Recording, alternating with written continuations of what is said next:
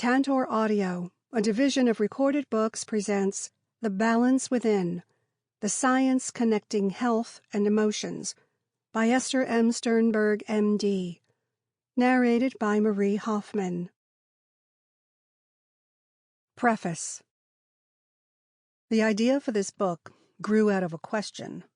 Why was it, I wondered, that those of us who study brain-immune connections have seemed ostracized from the rest of the scientific community?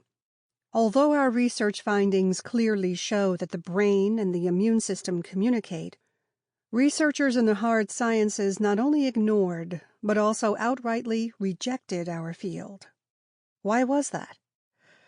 I began to discuss this question with historians of science and realized that our experience was not unique. In fact, it was rather commonplace. Whenever a new field comes into being, it comes up against the older dogmas. So the resistance that we felt was real and steeped in traditions going as far back as Galileo, Copernicus, and beyond. This insight helped me decide to take a proactive stand, to step outside the immediate bounds of the laboratory and systematically try to bring the findings of this discipline out of the fringes and into the mainstream of scientific consciousness. Not surprisingly, this turned out to be a more daunting task than I had imagined. Whenever one tries to change prevailing opinion, resistance is inevitable. Fortunately, I was supported by a few other like-minded spirits, and bolstered by the burgeoning wealth of scientific findings pouring out from more and more laboratories at the cutting edge. For ultimately, what convinces scientists of the truth is an accumulation of hard, irrefutable facts collected from rigorously performed experiments. These sorts of studies were, and are, exponentially increasing in the field. Several events fortuitously occurred that helped me to showcase the field and explore the question in a more systematic way.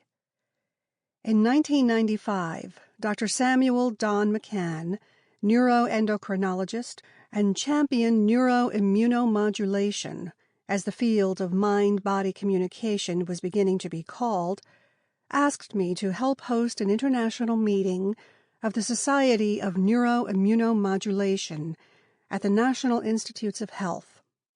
In conjunction with organizing the scientific side of that meeting, I needed an event to open the conference. A serendipitous snafu then led to the next step, an invitation destined for psychologist Dr. Sheldon Cohen of Carnegie Mellon University in Pittsburgh to speak about his studies on stress and the common cold erroneously went to Dr. Sheldon Cohen, emeritus scientist at the National Institute of Allergy and Infectious Diseases, and now historian of science at the National Library of Medicine. Allergist immunologist Cohen declined the invitation, but was intrigued by the subject and suggested that I put on an exhibition at the National Library of Medicine, NLM, on brain-immune connections and disease. He put me in touch with Dr. Elizabeth Fee, just arrived as the new head of the History of Medicine Division of the NLM. Liz responded to the project with enormous enthusiasm, and the 1996-1997 critically acclaimed NLM exhibition, Emotions and Disease, was the result. Although many were involved in putting this project together, I am especially grateful to Dr. Donald Lindbergh, director of the National Library of Medicine, who took a risk and backed the exhibition to its successful completion. In addition, I thank his wife, Mary Lindbergh, whose heartfelt, positive response to the finished product meant a great deal to me. Thanks also to the vision of the exhibition's sponsors, David Mahoney of the Charles A. Dana Foundation, Lynn Gordon of the Fetzer Institute, and Dr. Robert Rose of the John D. and Catherine T. MacArthur Foundation. Working with the historians involved in the exhibition was like taking a crash course in history, the social sciences, and the anthropology of science. Liz Fee has remained my counterpoint in the two cultures, constantly reminding me, with mischievous delight, that the scientific view is not the only one, that inexorable progress toward a golden technological goal is not necessarily the rest of the world's view of perfection. I learned a great deal, too, from Dr. Ann Harrington, professor of the history of science at Harvard University, and Dr. Ted Brown, professor of the history of medicine at the University of Rochester, both co-curators of the exhibition. Historians Drs. Declan Murphy and Molly Pyle gave me their historical perspective and encouraged me during readings of the earliest versions of the manuscript of this book. And I am grateful also to Dr. Vyacheslav Koma-Ivanov for our many conversations and for his telling me the story of the Hittite king. These interactions helped me to see my field in the context of the culture in which we live and the deep historical roots from which it grew. This is not a viewpoint that most scientists are taught. We tend to do science as if it springs from the test tube in a vacuum, untouched by its cultural surroundings. Historical time in science is often measured in weeks or months, certainly not decades. Something that is more than a year or two old is long out of date and often considered worthless. Areas of intellectual endeavor not involving technology may be viewed as soft. Many scientists are thus oblivious to the societal and historical context that shapes our thinking and our choice of problems to be solved. My discussions with all the historians with whom I worked have helped me to shed my own scientific bias, thus laying the groundwork for my writing this book. Several other fortuitous events also occurred around that time, preparing me for the book. Among the most important influences was my membership in the John D. and Catherine T. MacArthur Foundation Mind-Body Network, a group of scientists assembled by Dr. Robert Rose, the Director for Mental Health Policy and Research at the Foundation. One clear criterion for participation in this network was an ability to let go of the boundaries of one's own discipline, and a willingness to learn and respect the framework of another's field. It was participation in this network, as much as anything else, that broadened my thinking beyond a narrow scientific focus to one encompassing psychology, the social sciences, and history. It has been a privilege to interact intellectually and scientifically with the brilliant and articulate members of this group, whose expertise spans social and physiological psychology, neuroimaging, sleep, endocrinology, immunology, and the history of science. Our many hours of lively discussions and grappling with research problems affirmed to me that complex problems in science and medicine, such as the mind-body connection, must be studied from all sides, from top down and bottom up, and by applying the tools of different disciplines to piece together coherent answers. In this context, I am especially grateful to Dr. John Cacioppo, a fellow member of the Mind-Body Network, for his invaluable help in reading the manuscript. Another network member, Dr. J. Allen Hobson, professor of psychiatry at the Harvard School of Medicine, specifically encouraged me to begin writing this book when it was just a glimmer of an idea.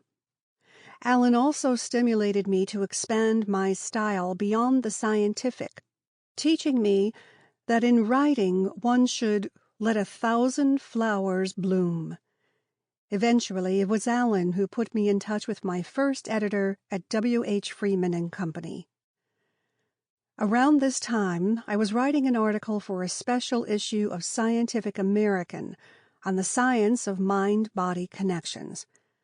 With my co-author, Dr. Philip Gold, I had struggled to summarize the field in a few densely written pages aimed at the magazine's traditional audience. Since W.H. Freeman is affiliated with Scientific American, both this magazine article and Allen Hobson's recommendation happened to arrive on Jonathan Cobb's desk simultaneously. Jonathan, then senior editor at Freeman and editor of the Scientific American Library series, called me one day from New York to say he was going to be in Washington and wanted to meet with me about doing a book. It was every writer's dream. In the course of constructing the proposal over the next several months, it was Jonathan who helped me find my voice. He worked tirelessly through phone and fax and many long late-night conversations, first to shape this book and then to draw out my writing style. Without him, this book would not have been born. Unfortunately, Jonathan left W.H. Freeman before the project was even signed or sealed, let alone delivered. However, I was lucky enough to find continued guidance and encouragement from all the staff at Freeman, especially my editor, John Michel, and the president of Freeman, Elizabeth Whitcomb. I am especially grateful to Liz for her heartfelt support and personal interest in the book from the very start. I am deeply indebted to John for his painstaking work in shepherding my thoughts and sometimes long and winding phrases. John pruned this manuscript to its current concise and harmonious form. He spent many long, patient hours in conversation to calm my anxieties, and if he felt the need to shorten, whether a word or a whole segment, he did it gently, always balancing his excisions with an encouraging comment.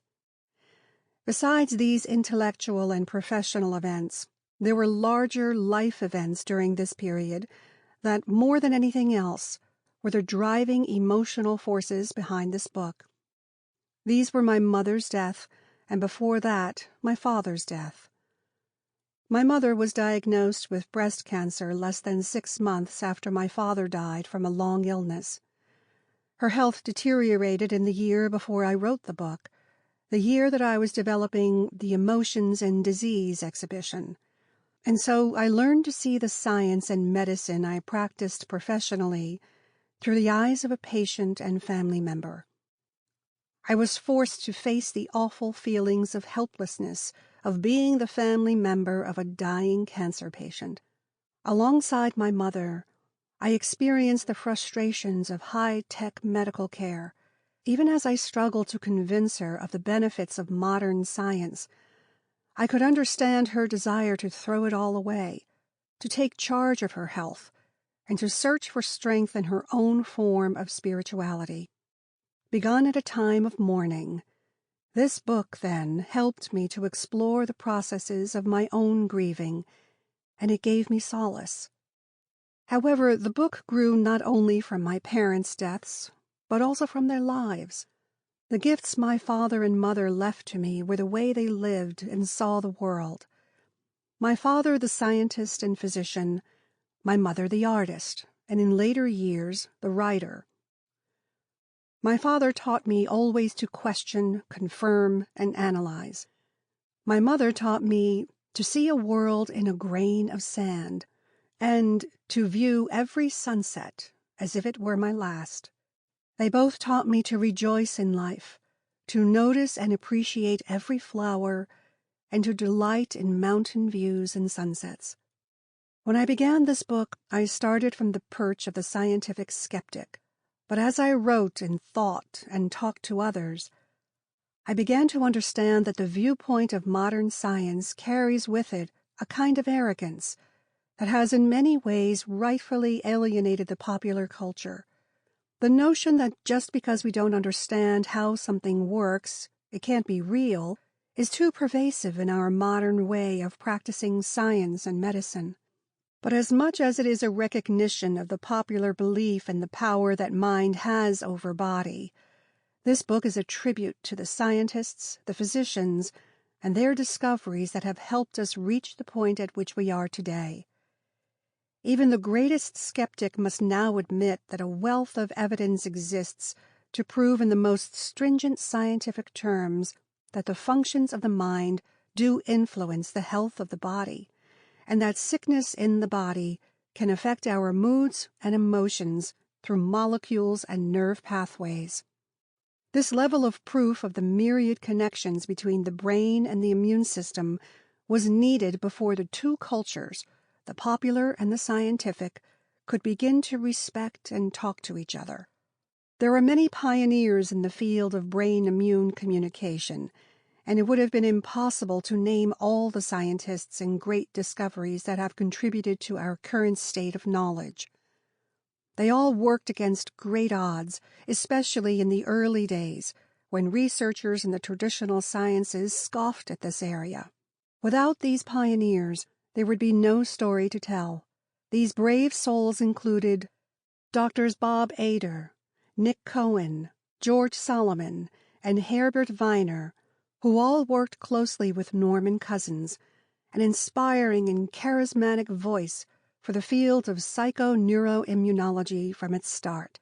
On the neuroendocrine side, Drs. Don McCann, Novera Herbert Specter, Jim Lipton, and Seymour Reichlin worked to convince their immunologist and endocrinologist colleagues of the validity of this science. Finally, I cannot refer to the beginnings of this field without a tribute also to Dr. Candace Pert, who accepted me into her lab when I first arrived at the National Institutes of Health, NIH. Candace, a true pioneer in the field, was one of the first neuroscientists to recognize that the brain and the immune system might communicate at a molecular level. I am indebted, too, to my colleagues at NIH, Drs. Ronald Wilder, George Crusos, Philip Gold, and Stephen Hyman.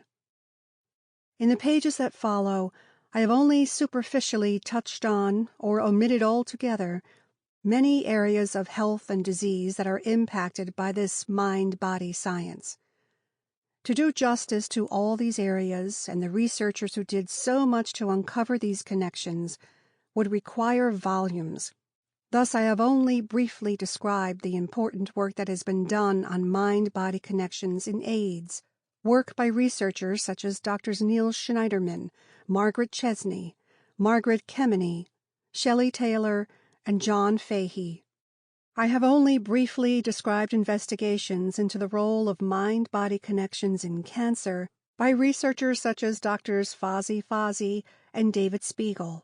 I have omitted many important details of large areas of research, such as that on the relationship among stress, steroid hormones, and tuberculosis, thymus-brain connections, the effects of prolactin on immunity, the expression of cytokines in the brain and neural-glial interactions, multiple sclerosis, the role of cytokines in fever, melatonin pineal gland immune connections, and sleep and nutrition. And I could not mention by name all the members of the next generation of researchers who are taking this field to its next level of molecular and neuroanatomical precision and clinical applications. In a way, this long list of omissions is a testament to how large and varied this field has become since its modern reincarnation only a few decades ago. For those interested in exploring such areas in greater depth, I have included at the end of the book a bibliography of suggested readings. In gathering material for this book, I talked to many scientists and physicians who shared with me their personal memories of places, events, and people I describe.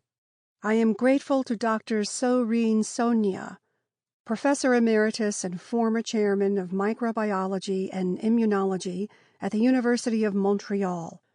Dr. Sonia was a dear friend and colleague of my father and colleague of Hans Selye. His memories and our long conversations helped me piece together a more personal remembrance of the working environment in which Selye developed his famous theories on stress. I recently also had the opportunity to meet two of Dr. Selye's former students, Dr. Arpad Somogi, now head of the European Commission's Unit on Evaluation of Health Risks, and Dr. Istvan Steve Berkzy, Professor, University of Manitoba, whose delightful tales also helped to confirm my memories. I am grateful to Dr. Berkzy for providing the wonderful photograph of Dr. Selye from his collection. I also thank Drs. Douglas Arnold, Jack Antel, and Mark Angle for taking me on a personal tour of Wilder Penfield's operating theater in the Montreal Neurological Institute, MNI, virtually unchanged from the way I remembered it when I first saw it as a medical student. I am grateful also to Dr. Bill Findell, former director of the MNI, for his historical insight from my student days. I am indebted to Drs. Giulia Perini and Giovanni Silvano for arranging a tour of the anatomical dissecting theater in Padua at the Palazzo del Bo, and for providing me with the beautiful books and insights into the history of the University of Padua. I am also indebted to the curators of the University of Padua Orto Botanico and Centro per la Storia for providing me with the exquisite prints of the botanical gardens and the anatomical dissecting theater of their great university. I am grateful to the National Academy of Sciences, Washington, D.C., for allowing me to photograph the Academy's mural of Prometheus. Thanks, too, to Bill Mapes for providing the drawings of the brain-immune connection. I thank Dr. Dirk Hellhammer for his tours and stories of Trier, and Drs. Noel Rose, George Wick, and Conrad Schoenstein for their remembrances of their seminal studies on chickens. I appreciate also the personal remembrances of Drs. Robert Dontzer, Steve Mayer, Linda Watkins, and Dwight Nance on their research on sickness behavior, and Dr. Bob Rose's personal insights into his studies on job stress among air traffic controllers. And I am grateful to Eleanor Cousins for her conversations with me and her remembrances of her husband, the late Norman Cousins. Serendipity often plays a role in scientific discovery, and it certainly played a role in the cover art for this book. Had I not walked into a local copy center at the moment the image of Larry Kirkland's stunning installation was being photocopied, the book would not have had the cover, or even the title it does. Both title and image perfectly sum up the historical, scientific, and philosophical themes of the book. I owe a great debt of gratitude, then, to the artist Larry Kirkland, as well as to J. Stark Thompson, the CEO of Life Technologies, where this installation hangs, and to photographer Robert Lautman for permission to use this work. Many thanks also to Sloan Lederer, Director of Trade Sales and Marketing at W.H. Freeman, for coming up with the perfect title. In all the phases of the writing of this book, I relied a great deal on a wide and warm circle of family and friends who stood by me, encouraged and cajoled me, and loyally listened to my readings of the manuscript. My daughter, Penny Herskovich's genuine enthusiasm, seasoned with honest criticism, helped me to remember never to let my writing slip into cheesiness. My sister, Aileen Petzold, has always been there for me at every turn, and has lived through the process of writing this book as if it were her own. Dr. Zan and Morris Wexler, and Becca, Morty, and Randy Goldsmith have also lived this book at every stage, and devotedly listened to my many versions of the manuscript with support and enthusiasm. I am grateful to my dear friends and colleagues, Drs. Janoke Gustafsson and Samuel Page, for believing in me and encouraging me throughout this project. I appreciate, too, the encouragement from my friends, colleagues, and editors in other capacities, Drs. Orla Smith and Alan Hammond. I thank Diana Lady Dugan for our many conversations and for her special input on the kind of information on health and the mind-body connections that a non-scientist audience might seek. And I thank Dr. Peter Watson for his unswerving advice and encouragement. My friend and one-time neighbor, Susan M. Forward, has been my invaluable sounding board for many of the ideas in this book. She has been my window onto the popular culture's view of health and the many ways that believing can make you well. My many long conversations with Susan, her enthusiastic response to the earliest versions of the manuscript, and her capacity to truly listen and ask probing questions helped me frame many of the health-related issues in the book. Her honest criticism reminded me when too much of my scientific side took over. Finally, I am grateful to my friends, Tarja and Dean Papavasilio, for stopping by on that rainy March afternoon just after I moved into the house next door. I thank them for the genuine and warm European hospitality that led them immediately to invite me to spend a vacation with their family in their cottage in Crete. It was that idyllic experience of the sun and sea in the village of Lentas, combining the archaeological ruins of the temple to Asclepius and sipping coffee at the cafes on the beach, that helped me to heal and became the inspiration for the theme of this book. Chapter 1. Emotions and Disease. Molecules and Ancient Myths. Nestled at the top of a brown stony hill above the modern Cretan village of Lentas, at the intermingling of cool sage mountain air and warm salt sea breezes, are the ruins of an ancient temple to Asclepius, the Greek god of healing. The temple's two remaining pillars stand like sentinels, marking north and south, forming the narrow end of a once oblong colonnade, built in exact alignment with the sun's path. It is a few meters above what was once the source of a natural spring. Ancient priests used these waters, and prayer, music, sleep, and dreams to cure the sick. The warm white marble columns still reflect the early morning sun against the blue Mediterranean below. On a flat surface just beyond the temple, a mythical animal with the head of a horse and body of a fish, patterned out of smooth, round, white and black pebbles, hides the floor of the priests' coffers of this once rich sanctuary. And the village people, who still live as one with the rhythms of the sea and sun, know, as their ancestors knew, that emotions and health are one. As the wind and sun eroded that first ancient shrine and dried its healing source, something also happened to the world beyond the village.